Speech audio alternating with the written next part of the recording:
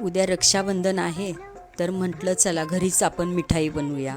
म्हणून त्यासाठी मी कलाकंद बनवायचं ठरवलं आणि त्यासाठी घेतलं पनीर आणि ते किसून घेतलं. सर्व पनीर किसून झाल्यावर पॅनमध्ये तूप टाकलं आणि ते चांगलं मऊ होईपर्यंत दाबून दाबून असं भाजून घ्यायचं, म्हणजे असं थोडंसं मऊ झालं पाहिजे. मग त्यात मिल्क पावडर टाकली आणि पिठी साखर पण टाकून घेतली आणि थोडीशी मी दुधाची साई काढली होती तीही टाकली आणि परतून घेतलं. आणि साईडला मी थोडंसं गरम दुधामध्ये केशर भिजवून ठेवलं होतं, तेही त्यात घालून घेतलं आणि चांगलं असं पाणी साईडनी सुटेपर्यंत छान असं परतून घ्यायचं पनीर.